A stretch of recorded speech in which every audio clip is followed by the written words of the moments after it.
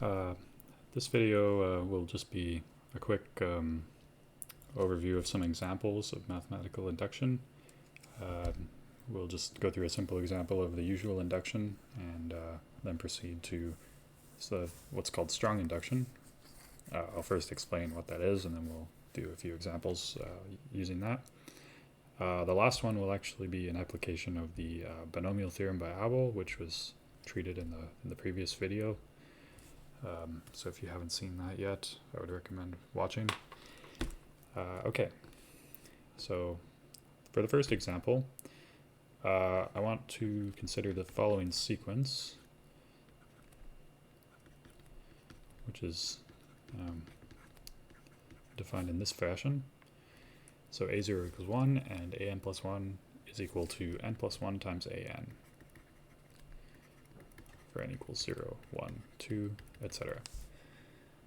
We can write out the first few terms. So a0 is 1. You can check that a1 will also be 1. A2 is going to be 2. A3 will be 3 times 2, which is 6, and so on.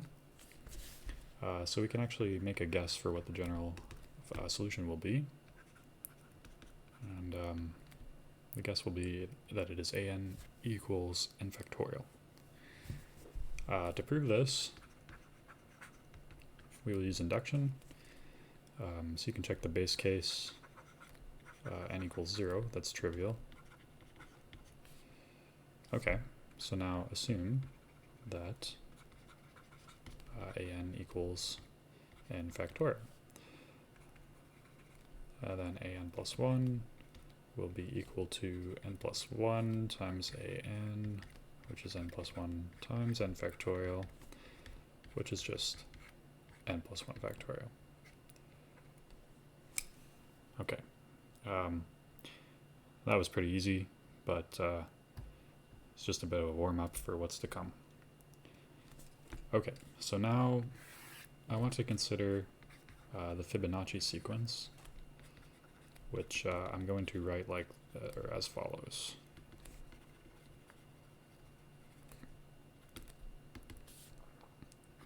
So I'm actually going to start this off at a0. A0 equals 0 and a1 equals 1. And the succeeding terms are going to be defined in this fashion. So an plus 2 will be equal to an plus 1 plus an, where n is 0, 1, 2, etc. Okay, so there's a bit of a... Oh, well, I mean, everyone knows how this sequence goes. 0, 1, 1, 2, 3, 5, 8, 13, and so on. And so it's the classic sequence where you add the two previous terms to get the next term. There's an interpretation of this sequence that has to do with rabbits copulating, but I don't really want to talk about that.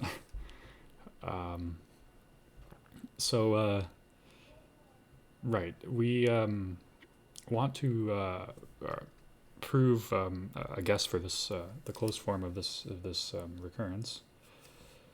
Now I'm just going to write down what the answer is, and we'll prove it by induction. In a later video, I'll probably go into how you actually would guess something like this formula, but it looks totally crazy. And it's not something that you could guess just by like looking at it.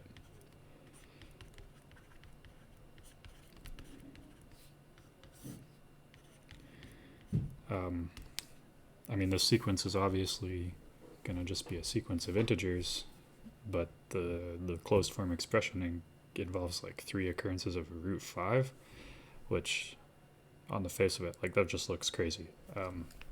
That this would end up being even a rational number, let alone an integer. But it actually always works. And we can prove it by induction. So, the proof. Base case, again, that's n equals 0, and that's actually very trivial. You can just plug that in and check. Okay, so now for the inductive step, we actually need to assume more than we normally would for a usual induction problem. And that's because our an plus 2 actually depends on the two previous terms and not just a single previous term.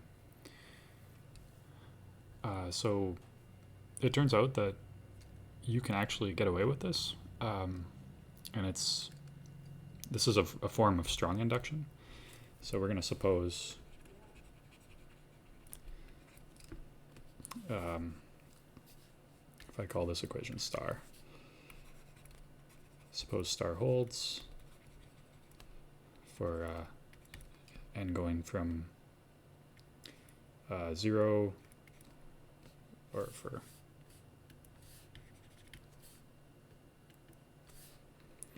zero, 1, 2, 3, all the way up to some n plus 1, and then our goal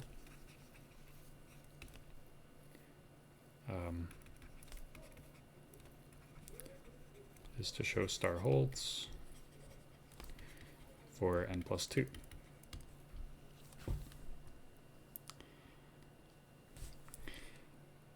So this is strong induction. It's just like the usual induction, only in our inductive hypothesis we're allowed to assume more. So we can do more heavy lifting in this inductive step. Now it'll turn out for this proof we actually will only need to assume our statement for these two values, but in the future examples we will see that it's not always the case. You might actually need to use the full power of strong induction to prove a claim. Okay, so the goal is to show star holds for n plus 2. Okay, well, we know we have the recurrence, so we know we can break an plus 2 in terms of the sum of these two things. And then by the inductive hypothesis, each of these things can be broken up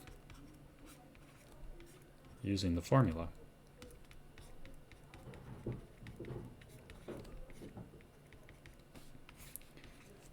Sorry, square root of 5, not 2.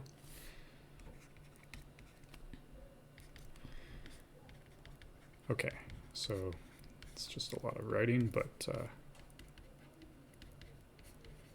we just get this.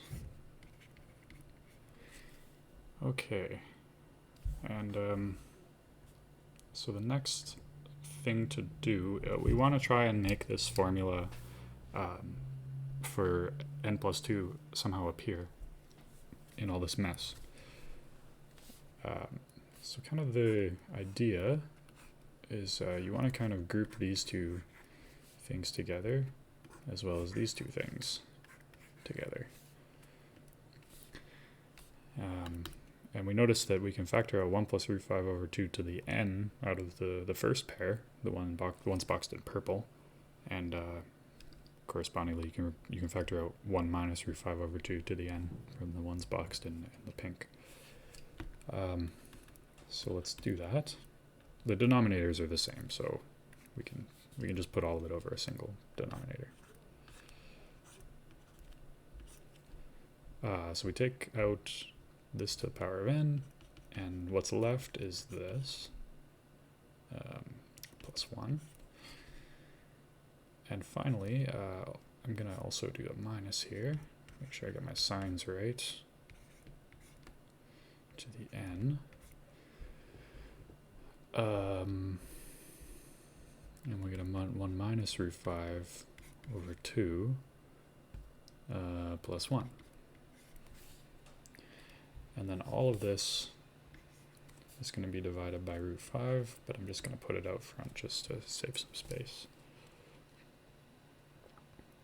Now our formula would be proved if we look at these,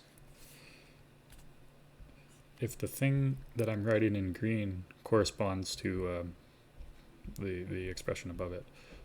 So this needs to actually be this squared, and this needs to be whatever in here squared. Now if this is the case, then we're done, because then we have 1 plus root 5 over 2 to the n plus 2 minus 1 minus root 5 over 2 to the n plus 2. That's just the formula star with n replaced by n plus 2. And that would complete the proof by induction. So we only have to show these two things. I'm just going to show the first one. So 1 plus root 5 over 2 all squared. This will look like this over 4. And that's going to be 1 plus 2 root 5 plus 5 over 4.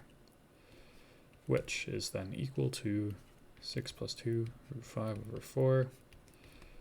Which is equal to 3 plus root 5 over 2. Now it's very easy to see that this is just 1 plus root 5 over 2. And just by putting the right hand side over common denominator. And so we're done. At least the 1 plus root 5 over 2 bit. But the other one is very similar, so I'll leave that to you to check. And so, right. By strong induction,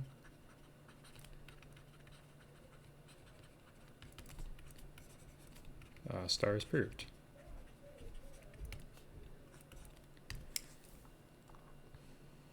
Okay, now let's look at an example where we actually need all of the previous cases to prove the induction step. So I want to define a sequence Bn by b0 equals 1, and Bn plus 1 is going to be equal to the sum from k equals 0 to n of n choose k bk times bn minus k.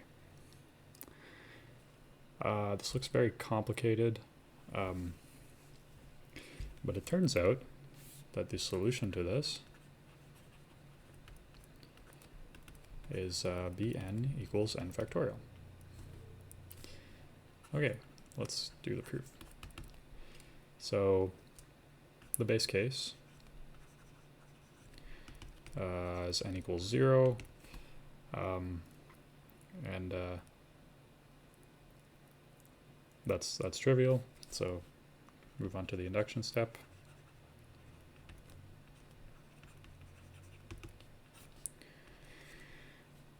So let's assume,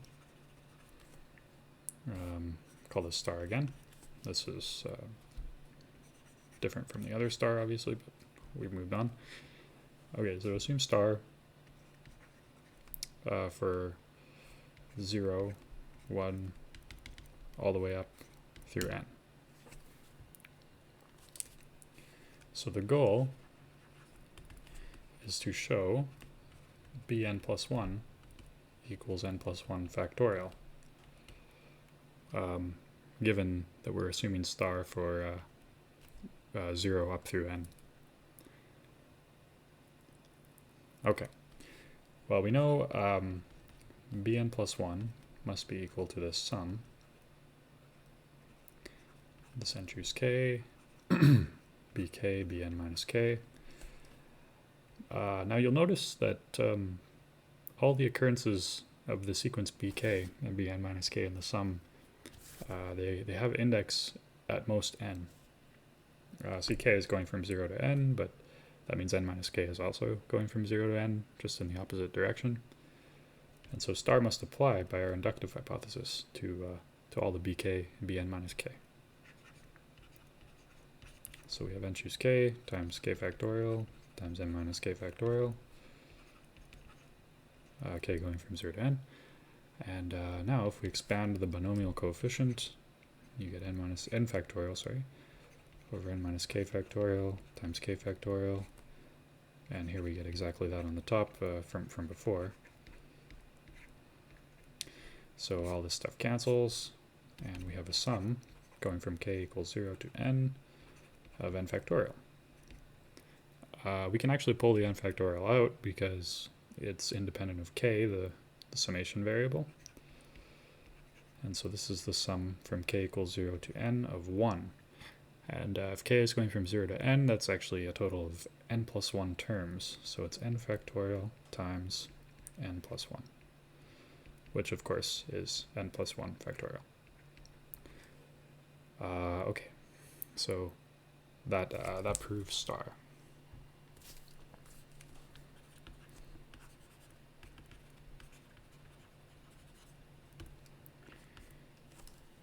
All right, so now as a final example, I want to look at this. I just want to modify this previous example just a little bit.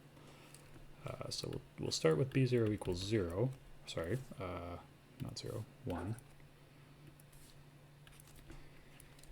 And bn plus 1 is going to be the sum from k equals 0 to n of n choose k as before. But now I want to introduce this term. I want to put an extra k plus 1 there, together with bk and bn minus k. All right.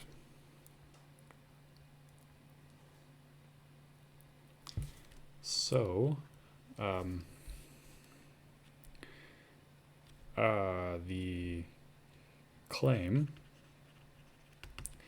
is that bn is equal to n plus 1 to the n minus 1.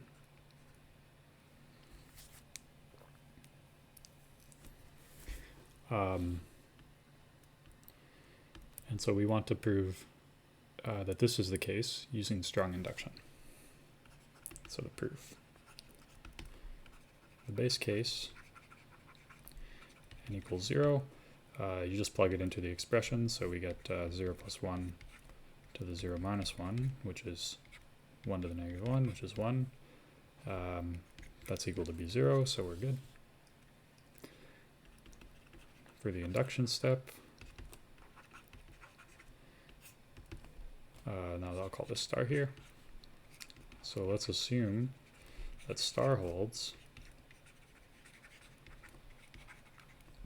for 0, 1, 2, and so on, all the way up to n. And then our goal is, once again, to show star for n plus 1. So we want to show that bn plus 1 is equal to n plus 1 to the n plus 1 minus 1, which simplifies to showing n plus 2, so that it is equal to n plus 2 to the power of n. Okay, so we know by the recurrence relation, the defining condition for bn plus 1, that it's equal to this sum.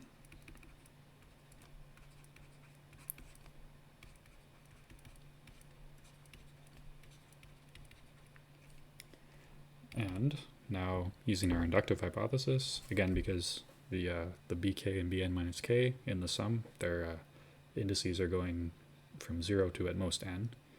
So our inductive assumption applies.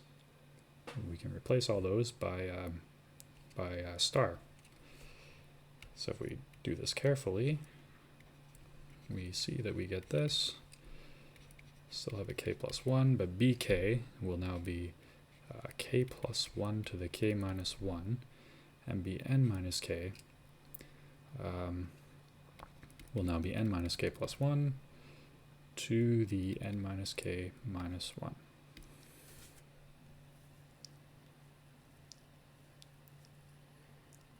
Okay.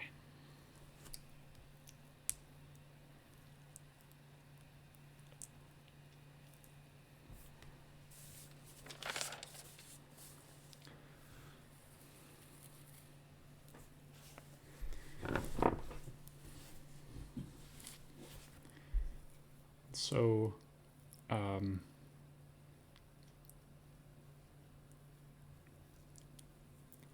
at this stage, we would like to recall our Abel's binomial formula.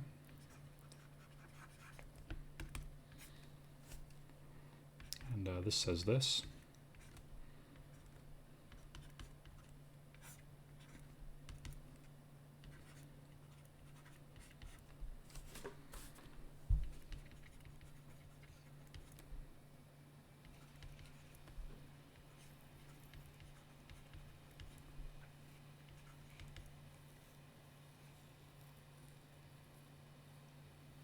Okay.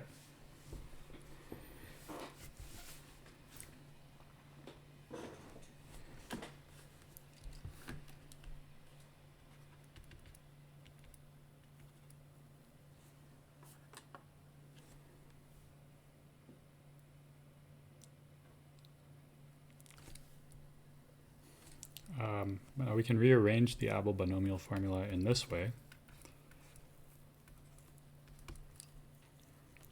So it's equal to x to the n plus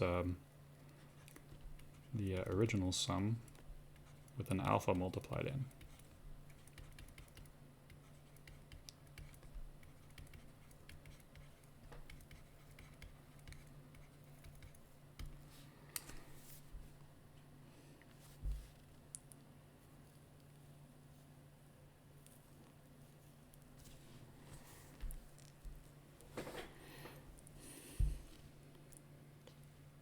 Okay, so now I want to go back up to this sum here, this sum, and I want to replace k with n minus k.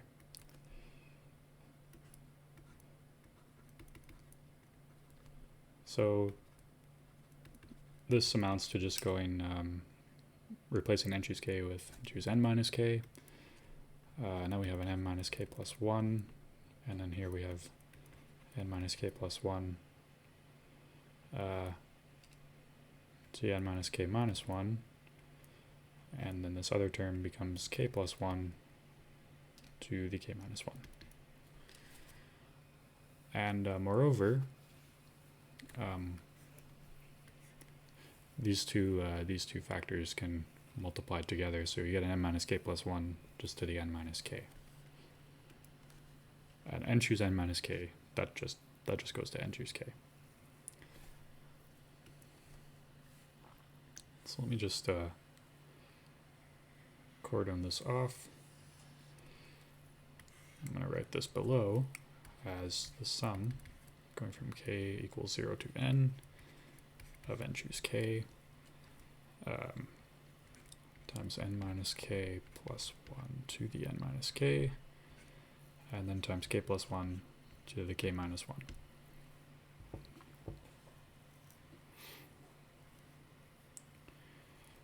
The last thing I want to do is actually just peel off the k equals 0 term of this sum. So I'll write it as k equals 1, and then on the left here, I'm going to put what happens when k equals 0. So what happens there is we actually just get, you can check that it's an n plus 1 to the n. Alright, so now that we've done this kind of pre-processing of this sum here, we can compare it with the Abel binomial theorem, at least as it's written down here. And so, remember our original goal too was to show that this entire sum is equal to n plus 2 to the n. I'll put a question mark here. Well, the way this is written suggests that we should actually consider this as the sum of n plus 1 to the n. And then we can identify x as being 1, or n plus 1, sorry, and alpha as being the 1 here. And if we do that, let's see what the Abel's binomial theorem tells us. So we get n plus 1 to the n, and by the way, we should also take beta equals to negative 1, as you can see from the sign here on k.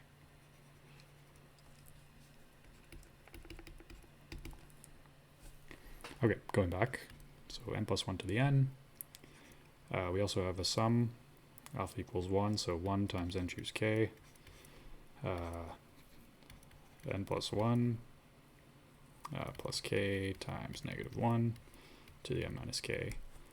And then alpha, remember, was 1, so 1 minus k times negative 1 to the k minus 1. And if you look, it actually works out perfectly. So these are in fact equal. And so Abel's binomial theorem implies that the sum that we obtained using the induction assumption actually is equal to n plus 2 to the n. So star is proved.